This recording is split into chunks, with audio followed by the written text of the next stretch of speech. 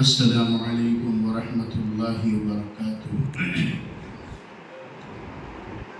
اللہم صلی علی سیدنا و نبینا مولانا محمد وعلی آل سیدنا و نبینا مولانا محمد وبارک وسلم۔ الحمدللہ وحدہ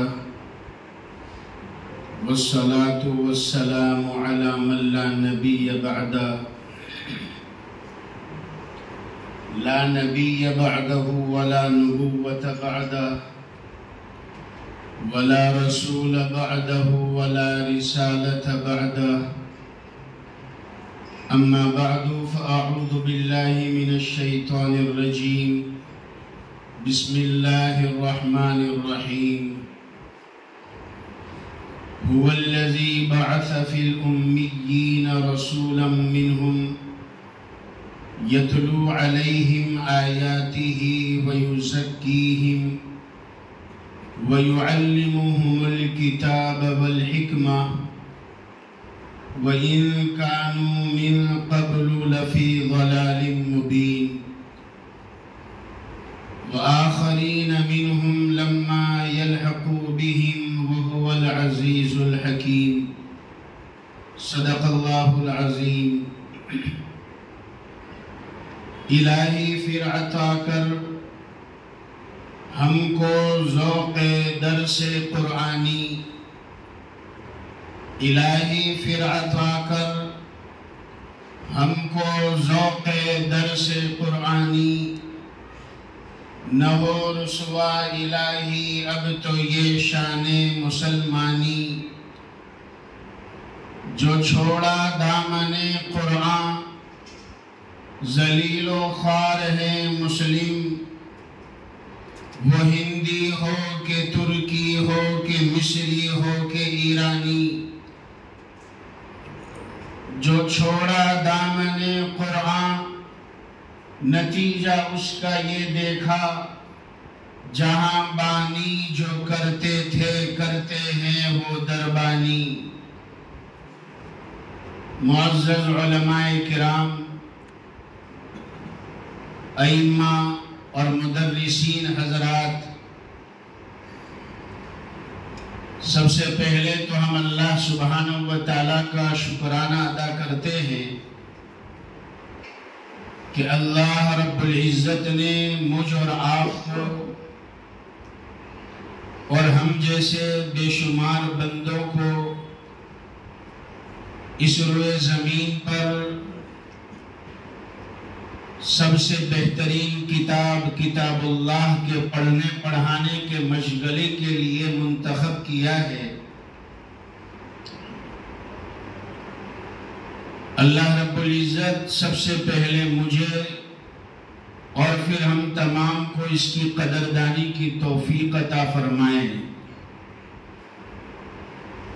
آج کا پروگرام جامعہ ریاض العلوم بڑودہ میں ہمارے آج کے مہمان خصوصی کی آمد پر ایک بہت عظیم عنوان کو لے کر منعقد کیا گیا ہے۔ میں بھی آپ ہی کے شانہ بشانہ چل کر قدم سے قدم ملا کر سامع میں حاضر ہوا تھا، مگر ہمارے میزبان نے کچھ منٹوں کے لیے مجھے ایک امتحان کے لیے بٹھا دیا ہے۔ مہمان خصوصی بھی بڑے عظیم ہیں اور آج کا عنوان بھی بڑا اہمیت کا حامل ہے۔ ہمیں ان آنے والے علماء کرام کی قدر کرنی ہے کہ جنہوں نے اپنے چھٹی کا اور آرام کا وقت فارغ کر کے یہاں پر حاضری دی۔ حالانکہ ہونا تو یہ چاہیے تھا کہ اس عنوان کو سن کر اور اس مضمون کے تحت ہمارے اور بھی رفقا اس مجلس میں شرکت کرتے، چونکہ ایسی مجلسیں بار بار نہیں لگتی ہے، ہمیں ہمیشہ اپنے بڑوں کے ماتحت میں رہ کر کام کرنا ہے، اور ہمیں کام کی ترتیب کو ہمیشہ سیکھتے رہنا ہے کہ سیکھ سیکھ کر جو کام کرتا ہے وہ ٹھوکر کم کھاتا ہے، وہ گرتا کم ہے۔ اس لیے ہمارے ان مہمانوں کے اور ان علماء کرام کے رہبری میں کام کرنا ہے جن کو اللہ تعالیٰ نے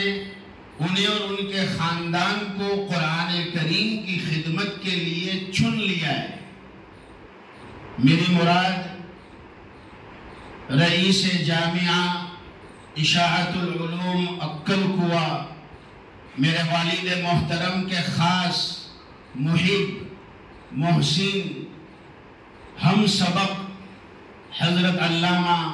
مولانا غلام محمد صاحب وستانوی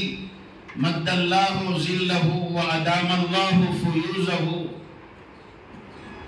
ان کے صاحبزادہ محترم جانشین حقیقی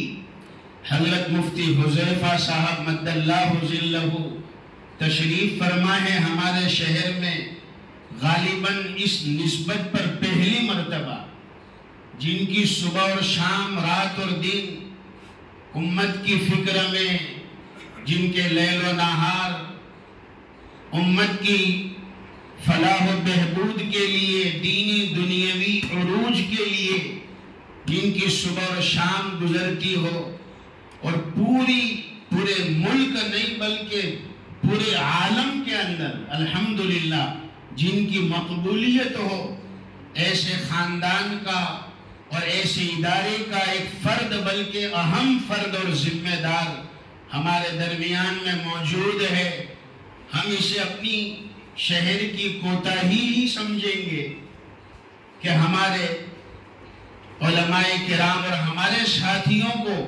جس طریقے سے ان مجلسوں کی قدر کرنی چاہیے یا حق ادا کرنا چاہیے، ہم اس کے اندر تھوڑے پرسنٹ کم رہے ہیں۔ اللہ تعالیٰ ان کوتاہیوں کو معاف فرمائے، اور جو حضرات تشریف لائے ہیں اللہ سب کی حاضری کو قبول فرمائے۔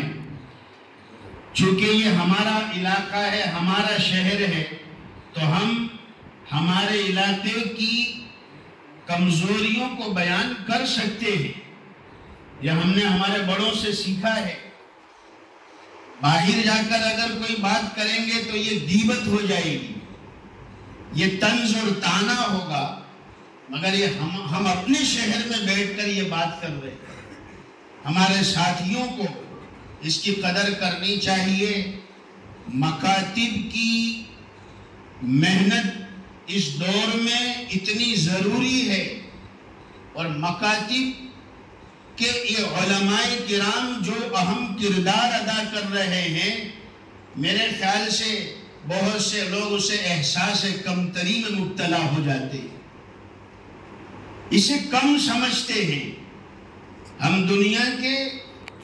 ممالک اور دنیا اور عالم کے حالات کو دیکھ کر سمجھے۔ ہمارے بزرگوں نے لکھا ہے، ہمارے بزرگوں نے کہا ہے کہ اس دنیا میں ایسے ممالک ہیں جہاں کتابیں بہت بے شمار ہیں مگر اسے پڑھنے والے نہیں ہیں، جہاں کتابیں لکھی گئی۔ ابھی حضرت ہمارا سفر ازبیکستان، آپ تو الحمدللہ ماشاءاللہ اللہ نے دنیا دکھائی، آپ کو واقف ہی ہے، مگر میں اپنے ساتھیوں سے کہنا چاہتا ہوں ازبیکستان اور قزاقستان میں بخارا، سمرقند، تاشقند ہم جا کر آئے ہیں۔ ہمارے جمعیت کے علماء یہاں پر موجود ہیں، ہمارے ساتھی یہ تصدیق کریں گے کہ کسی زمانے میں جہاں بڑے بڑے مدرسے تھے، جہاں علم کے چشمے جاری تھے، جہاں ترمذی شریف جیسی، بخاری شریف جیسی کتابیں لکھی گئی، فتاوی قاضی خان جیسی اہم مسند جو ہے کتاب حنفی مسلک کی، جہاں تصنیف کی گئی فتاوی قاضی خان رحمت اللہ علیہ، علامہ دارمی رحمت اللہ علیہ، حضرت بہاؤالدین نقشبندی رحمت اللہ علیہ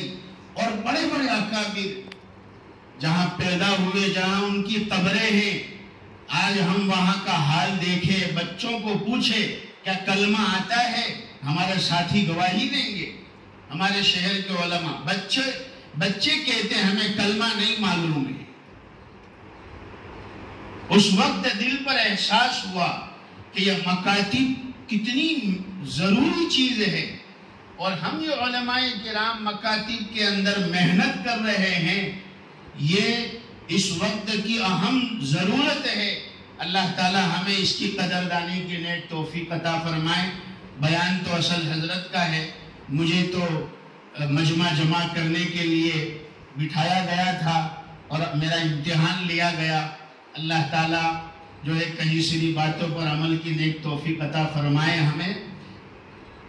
جو آیت کریمہ میں نے پڑھی ہے اس کا مقصد بھی یہی ہے کہ دعوت 4 قسم کی دعوت ہے، یہ بھی دعوت ہے، دعوت اللہ ہے۔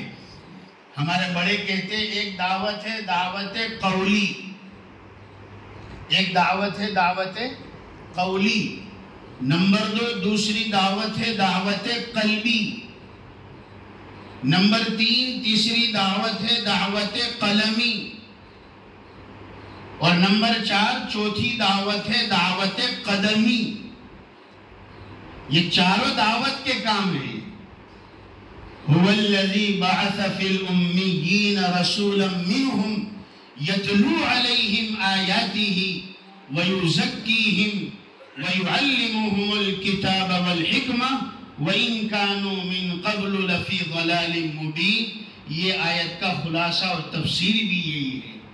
یہ سب دعوت کے کام ہیں، دعوت قولی، دعوت قلبی، دعوت قلمی، دعوت قدمی۔ اللہ تعالی ہم سے اور ہماری نسلوں سے خوب دین کا کام لے لینے کے فیصلے فرما لے، اور جتنا سیکھ کر، جتنا تجربہ کار لوگوں سے سن کر ہم کام کریں گے انشاءاللہ، اس کے اندر اللہ تعالیٰ ضرور برکت ڈالے گا۔ میں اب زیادہ درمیان میں حائل نہ ہوتے ہوئے ہمارے حضرت آج کے مہمان خصوصی سے درخواست کرتا ہوں، حضرت مولانا مفتی حذیفہ صاحب وستانوی مد اللہ ذلہ، اللہ تعالیٰ ان کی آمد کو ہمارے شہر کے لیے، عوام اور خواص کے لیے مقبول فرما دے، اور جو فکریں ہیں والد محترم کی، اور ان فکروں میں اللہ تعالیٰ نے باقاعدہ اس عالم کے اندر ان کی حیاتی میں گویا کہ کرامت ہے کہ جگہ جگہ دین کے چشمے جاری کر دی اللہ تعالیٰ نے ان کے ذریعے سے۔ ہاں وہ شفیع آسیہ جہاں جہاں گزر گیا، نفس نفس پہ رحمتیں اور قدم قدم پہ برکتیں، جہاں جہاں سے وہ شفیع آسیہ گزر گیا، اور جہاں نظر نہیں پڑی وہاں ہے رات آج تک، وہیں سحر ہوئی جہاں جہاں گزر گیا۔ اللہ تعالیٰ حضرت والد محترم کے اس جو فیضان کو حضرت مفتی صاحب کے ذریعے سے بھی اللہ تعالیٰ لے رہا ہے، ہمارے شہر کے لیے اسے مقبول کر دے۔ آمین وآخر دعوانا الحمدللہ رب العالمین۔ میں حضرت مہمان خصوصی سے درخواست کرتا ہوں کہ آپ تشریف لائے اور اپنے ملفوظات عالیہ سے میں مستفیض فرمائیں۔